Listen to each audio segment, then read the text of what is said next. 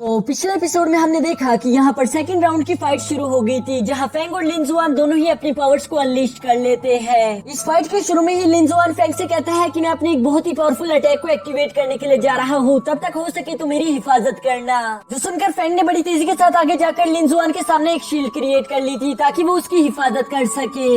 अब आगे next episode बिल्कुल उसी सीन से शुरू होता है, जहाँ हम देखते हैं कि उन डबल ट्विंस ने बड़ी तेजी के साथ पीछे हटते हुए फौरन से इन दोनों पर एक अटैक कर दिया था, जिससे फेंग आगे आकर रोकने की कोशिश करता है, लेकिन वो ट्विंस काफी ज्यादा चालाक थे। वो उस ब्लेड को अपनी साइकिक पावर से कंट्रोल करते हुए सीधा लिन जुआन पर अटैक करने की कोशिश करते हैं। वो लोग नहीं चाहते थे कि लिन जुआन अपने पावरफुल अटैक को एक्टिवेट कर ले, नहीं तो उन लोगों के लिए काफी ज्यादा मुश्किल क्रिएट हो जाएगी। जबकि दूसरी तरफ फेंग का काम था कि वो यहाँ पर लिन जुआन की हिफाजत करे, तो इसलिए हम देखते हैं कि उसने फौरन से अपने स्पिरिचुअल सोर्ड को समन कर लिया था, जिसके इस्तेमाल करके वो ब्लेड और उन ट्विंस की कनेक्शन को खत्म कर देता है। यहाँ ये स्पिरिचुअल कनेक्शन टूट जाने की वजह से हम देखते हैं कि वो डबल ट्विंस इस ब्लेड को और ज्यादा कंट्रोल नहीं कर पा रहे थे, जिसकी वजह से लिन जुआन काफी आसानी के साथ उसे डॉच कर लेता है। ये देखकर वो ट्विन ब्रदर्स कहते हैं कि इम्प्रेसिव, आखिर तुमने कैसे देख लिया कि हमारा स्पिरिचुअल कनेक्शन कहाँ पर है। सच बताओ तो फेंग, तुमने तो हमें इम्प्रेस कर दिया। तभी पीछे से लिन जुआन की आवाज आती है कि अब इम्प्रेस करने की बारी मेरी है, क्योंकि हम देखते हैं कि उसने अपने flowers of wind splashes attack technique को एक्टिवेट कर लिया था, जिसमें हजारों विंड स्प्लैशेस टेक्निक्स जमा थे।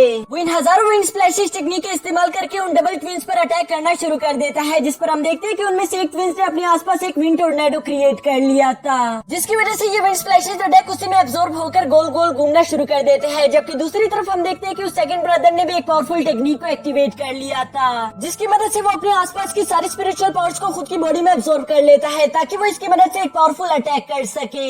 यहाँ तक कि इन लोगों ने तो लिन जुआन के स्पिरिचुअल विंग्स की पावर्स को भी एब्जॉर्ब कर लिया था, जिसकी वजह से लिन जुआन बड़ी तेजी के साथ नीचे गिर जाता है। यहाँ इन डबल ट्विंस ब्रदर्स की पावर्स देखकर वहाँ पर मौजूद सारे लोग काफी ज्यादा हैरान हो गए थे। साथ ही साथ वो लोग काफी ज्यादा एक्साइटेड भी हो जाते हैं, क्योंकि धीरे धीरे करके ये फाइट काफी ज्यादा इंटरेस्टिंग होती जा रही थी। जबकि दूसरी तरफ हम देखते हैं कि लिन जुआन और फेंग भी काफी ज्यादा हैरान हो गए थे। तभी लिन जुआन फेंग से कहता है कि ये लोग हम पर टोर्नेडो ड्रिल का इस्तेमाल करने वाले हैं, जिसे तुम्हें अकेले ही रोकना होगा, क्योंकि अगर हमें इन्हें हराना है तो मुझे कुछ वक्त और की जरूरत होगी। जिस पर हम देखते हैं कि फेंग ने फौरन से अपने सामने दोबारा से एक शील्ड क्रिएट कर ली थी। वो अपनी शील्ड से उस टोर्नेडो ड्रिल को रोकने की अपनी पूरी कोशिश करता है, लेकिन धीरे धीरे उसे एहसास हो गया था कि ये शील्ड उसको रोकने के लिए काफी नहीं है। वो पीछे मुड़कर लिन जुआन से कहता है कि जल्दी करो, मेरे पास ज्यादा वक्त नहीं, मैं इसे ज्यादा देर तक रोक नहीं सकता। जिस पर लिन जुआन उसे जवाब देता है कि नहीं, तुम्हें रोकना ही होगा, क्योंकि अभी तक मेरी पावर्स पूरी तरह से कलेक्ट नहीं हुई।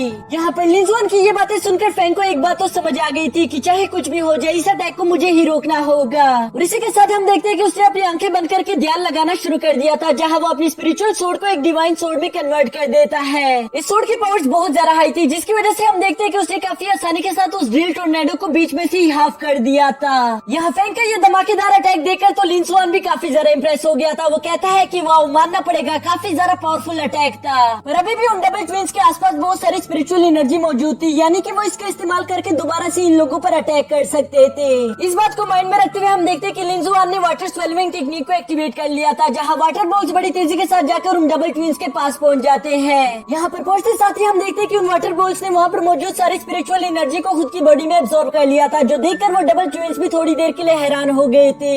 यहाँ पर ये सब होने के बावजूद भी हम देखते हैं कि वो डबल ट्विंस हार नहीं मान रहे थे, बल्कि वो 1 मिलियन एरोस टेक्निक का इस्तेमाल करना शुरू कर देते हैं, जिसमें हम देखते हैं कि 1 मिलियन स्पिरिचुअल एरोस बड़ी तेजी के साथ आकर लिन जुआन और फेंग से टकराने वाले थे, जिसे रोकने के लिए फेंग अपने सामने दोबारा से शील्ड क्रिएट कर लेता है। साथ ही वो लिन जुआन से कहता है कि इस बार तुम्हें ही इन्हें रोकने के लिए कुछ न कुछ करना होगा, क्योंकि अब मेरी बॉडी में इतनी ज्यादा एनर्जी नहीं रही कि मैं इन्हें रोक सकूं। जिस पर हम देखते हैं कि आखिरकार अब लिन जुआन को भी काफी ज्यादा गुस्सा आ गया था। वो फेंग से कहता है कि मुझे तुम्हारी एनर्जी कुछ देर के लिए उधार चाहिए, अगर तुम मुझे अपनी एनर्जी उधार दे दो तो मैं तुमसे वादा करता हूँ कि मैं इन दोनों को यहीं पर हरा दूंगा। जिस पर हम देखते हैं कि फेंग ने अपनी सारी एनर्जी लिन जुआन को दे दी थी, जिसकी वजह से हम देखते हैं कि लिन जुआन की एलिमेंटल पावर्स काफी ज्यादा बढ़ गई थी, और वो इसी का इस्तेमाल करते हुए अपने आसपास एक बहुत बड़ा वाटर बॉल बना लेता है, जिसने वहाँ पर मौजूद सारी स्पिरिचुअल एनर्जी को एब्जॉर्ब कर लिया था। लेकिन लिन जुआन यहाँ पर रुकता नहीं, और हम देखते हैं कि उसने उन डबल ट्विंस के आसपास एक बहुत बड़ा वाटर बॉल बना लिया था, जिसके अंदर बहुत छोटे छोटे वाटर बॉम्ब्स मौजूद थे। इन वाटर बॉम्ब्स को अपने आसपास देखकर वो डबल ट्विंस काफी ज्यादा घबरा गए थे। जबकि दूसरी तरफ लिन जुआन काफी ज्यादा फ्लेक्स करते हुए एक स्नैप कर देता है, जिसकी वजह से वो वाटर बॉम्ब वहीं पर ब्लास्ट कर देते हैं। यहाँ इस ब्लास्ट की वजह से वो डबल ट्विंस काफी बुरी तरीके से घायल हो गए थे। जबकि दूसरी तरफ लिन जुआन फेंग से कहता है कि अब तुम्हारी बारी। ये सुनते साथ ही हम देखते हैं कि फेंग बड़ी तेजी के साथ अपनी स्पिरिचुअल सोर्ड को लेकर उन डबल ट्विंस के पास पहुंच गया था, जहां वो अपनी स्पिरिचुअल सोर्ड को उनके गले पर रख देता है। साथ ही फेंग उनसे कहता है कि हार मान लो, नहीं तो तुम दोनों यहाँ पर मारे जाओगे। जिस पर हम देखते हैं कि आखिरकार उन डबल ट्विंस ने अपनी हार को कबूल कर लिया था। और इसी के साथ फेंग और लिंजुआन अपने सेकंड राउंड को भी जीत लेते हैं, जिसके साथ ही ये दोनों काफी ज्यादा खुश हो गए थे।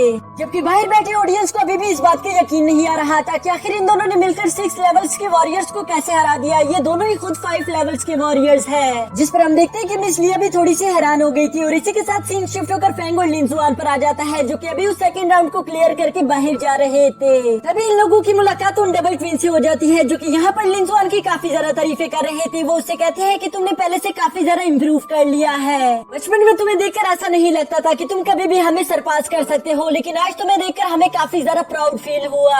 उसके अलावा तुम्हारी लास्ट टेक्निक तो बहुत ज्यादा कमाल की थी। मानना पड़ेगा कि तुम एक बेहतरीन वॉरियर बन चुके हो। यहाँ अपनी तारीफें सुनकर हम देखते हैं कि लिंजुआन को काफी ज्यादा खुशी हो रही थी, जबकि दूसरी तरफ फेंग अपना मुंह बनाकर खड़ा हो जाता है। तभी अचानक वो डबल ट्विंस कहते हैं कि हम लोग सेकंड रैंक पर थे, लेकिन हार कर हमें काफी ज्यादा बुरा लग रहा है। अभी तुम लोगों को फर्स्ट रैंक के साथ फाइट करनी होगी। ये सुनकर तो लिंजुआन को काफी बड़ा शौक लग गया था। वो कहता है कि क्या मतलब, तुम लोग सेकंड रैंक पर कब से हो गई? मुझे तो लगा तुम लोग फर्स्ट रैंक पर हो। जिस पर वो डबल ट्विंस काफी बुरी तरीके से एक्टिंग करते हुए कहते हैं कि नहीं, हम लोग सेकंड रैंक पर थे और फर्स्ट रैंक वाला तो काफी ज्यादा जालिम और खतरनाक इंसान है। पर शुक्र है अब हमें फर्स्ट रैंक वाले उस आदमी से फाइट नहीं करनी पड़ेगी। लेकिन हम तुम लोगों को यही एडवाइस देना चाहेंगे कि अपना ख्याल रखना। ये सुनकर लिंजुआन काफी ज्यादा हैरानी के साथ उनसे पूछता है, फिर ये बताओ कि फर्स्ट रैंक पर कौन है? जिसका नाम सुनकर हम देखते हैं कि अचानक से वो काफी बुरी तरीके से डर गया था। और यहाँ वो नाम बताने के बाद वो डबल ट्विंस भी वहाँ से चले जाते हैं। जिसके नेक्स्ट सीन में हम देखते हैं कि लिंजुआन अभी भी काफी ज्यादा डरा हुआ लग रहा था। उसकी ऐसी हालत देखकर फेंगो से सवाल करता है कि आखिर ये इंसान है कौन, जिसका नाम सुनकर ही तुम इतना ज्यादा डर गए?